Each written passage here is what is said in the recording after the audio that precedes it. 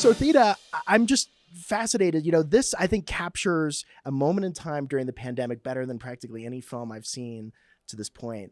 How did this come about? I'll take that. I'm kidding. Sorry. I mean, it emerged out of the pandemic. It's a very acute crisis in culture, in the world.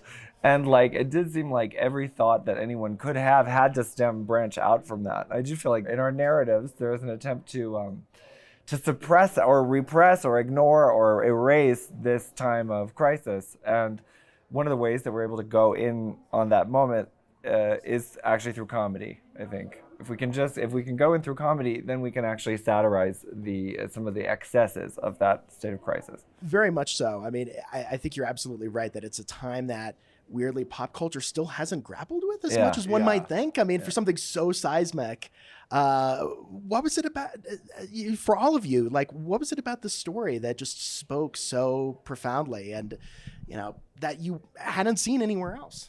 I think Theda was working from her subconscious, which is, I felt like, especially in that time, and this is kind of what the movie's about too, in some way. That was a time when people were so terrified of the unconscious and what wasn't said and what was in them and what, and that's my character especially, I feel like is a lot like that in the movie. But I was so thrilled when I read Theda's script by how much I felt like she was in touch with her subconscious and was just kind of letting it flow. And also that she saw the kind of metaphoric potential of COVID, which no one seemed to be doing. Everyone seemed to just be like, masks, right? Yeah. Or Zoom therapy, isn't it crazy? Zoom. Yeah. And it was so mundane and boring and paper thin the way people were doing it. But I think Theda saw COVID had a lot of potential. There's a lot of symbolic potential just in the idea of a mask, period, and of a mask becoming a sort of magical implement. And I can reassure everybody. I am very in favor of masking, and it's but the thing I want to really reassure people is that there is no Zoom in this movie. There is masks, there is spray, there is wipes, but there is no Zoom. But still, what you have is you do have screens. You have projection. You have screens. You have self-monitoring. You have the voyeuristic peeping into other people's lives, and so we're lifting off into a more metaphorical direction from that terrain. It's so true. I mean, did all of you feel that as well? Because I can't believe that this hasn't really been depicted in this way before now. Yeah, it hasn't been depicted this way because I feel like people are afraid to tackle something that's so sensitive. I mean, for me, when I first read the script, I was like, oh, this is pretty hard stuff, But then I really fell in love with my character's unwillingness to become like the people around him. That was very strong. It felt authentic to the movie. Yes, I think that the character that Qaher plays is a kind of naive, like a kind of innocent, and it's a story of their growing awareness, their potential, their disenchantment maybe with some of the people older and more powerful than them. That's very true. Yeah, I mean, Qaher, your character in a way is kind of like the calm center of the film, Yeah. Whereas, I mean, John, you have this amazing manic energy, and I mean, just the physical comedy that you bring to this, which I think does capture the heightened, tense nature of that time. How did you bounce off each other in that way? I have to say something. I said this at the premiere yesterday, but one of the first shooting day we had, John came up to me and he was like, "When the camera's off, we don't talk to each other." And I was like, oh my God, Hollywood is really evil. And then I realized he's just kidding because he was like, I'm just kidding. I was like, oh, okay, thank God. No, but we had this really crazy connection. And even in the film itself, there's this cat and mouse sort of thing happening. Yeah. I'm not gonna spoil anything, but I'd say Bahloul very, very much tries to take a hold of this person, of their own life, because this person is really suffocating them, you know? And so, yeah. Also, Theda wrote dialogue that required rehearsal and deep memorization. And so I think a lot of the chemistry that you feel on screen is because her script demanded actual care. It just comes from rehearsal. Yeah. So we were really comfortable, despite it being, true indie, and us having to work very quickly and stuff. We were more than any experience I've ever had on film, more rehearsed, more prepared. Yeah, we had a good like 3-4 weeks before shooting where we met like every week and like we went through some of the most important scenes so we could just make sure that everything flew, you know, in a beautiful way. And John, your character of Leo, Yeah. you know, is this, you know, he's someone who's like almost kind of, it seems like in denial about everything that's happening because he has his own agendas going, you know, very profoundly. He's got the money too, so that'll make you a little, you know, delusional. But it was a really fun character to play. So thrilling to get to play with John Early, and what a great cast, and Theda's incredible direction, and it really felt like a very warm sort of theatrical experience. But you know, it was pure joy, pure joy. And John's, you know, so famous for playing Linda Belcher on Bob's Burgers. John's a genius voice actor, but like, I am such a fan of John's film work, early short films that were so influential to me and so many comedians, and it's so incredible to see his face on screen again. Yeah. Thank you. Yeah, before it's too late.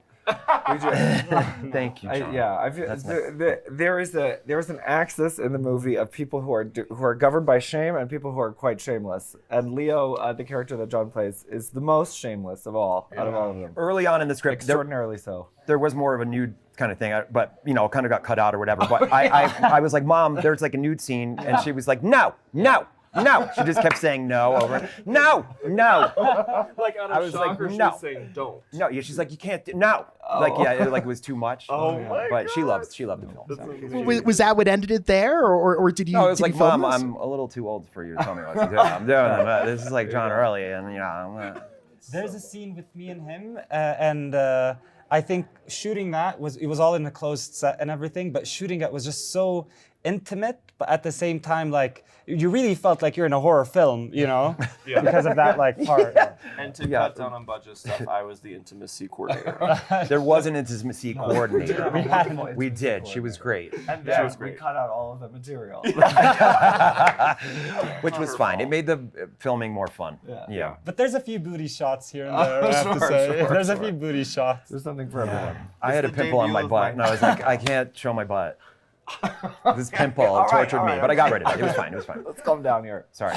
We're giving too much away. I'm sorry. It's so amazing. I mean, and Theda, I love that the way that, you know, you wrote the narration as well, that it's all these different identities merging. Yeah. And I think that's really unique because it speaks to the idea of this really having been a shared experience. Yeah. What was guiding you in terms of shaping that? Well, there is a voiceover, I think, is a very mysterious and misunderstood phenomenon because it comes from nowhere. It comes from a kind of off-screen space. It's totally disembodied. You don't know where it is in time. And in this movie, you might not even know who exactly is speaking. And it helps create this sort of liquefaction of the boundaries around everybody's identity. And I think that is something that is symptomatic of the virtualization of everything. I mean, when you live so much of your life online, for example, or if you're enclosed and you're locked down only online, who you are sort of ceases to have shape. And so I feel like there is a real motif in the movie of doubling, of people sort of becoming other people to each other. And that happens with the voiceover as well, that like one voice gives way to another voice and then it sort of slowly comes back. And while we did struggle, I mean, a little bit in the edit just to try and make those boundaries a little bit more concrete, I ultimately don't think it's that big of a problem if like pinpointing who exactly is talking is an issue, because actually what we're getting at is this liquefaction of identity, the blending of narratives. You know, this is a film with such an incredible energy to it. I'm just fascinated because, I mean, obviously you worked on the trip to Spain before this, but Actually, not the trip to Spain, which is a Steve Coogan yes, of course, wonderful Rob my Brydon. trip to My Spain. trip to Spain. My little trip exactly. to Spain. Yeah. Yes, my apologies. Oh, no. The Steve Coogan, Rob Brydon Yes, influence it would've was been great to very work on. apparent, of course. No, it's you know, I'm just fascinated by how one can go about as a filmmaker finding focus on set, and how do you, because there's so many different competing interests and there's so much going on, how do you keep dialed in to the moment? I think that there were a lot of moments in this shoot that felt like we were hanging on for dear life. Mm-hmm.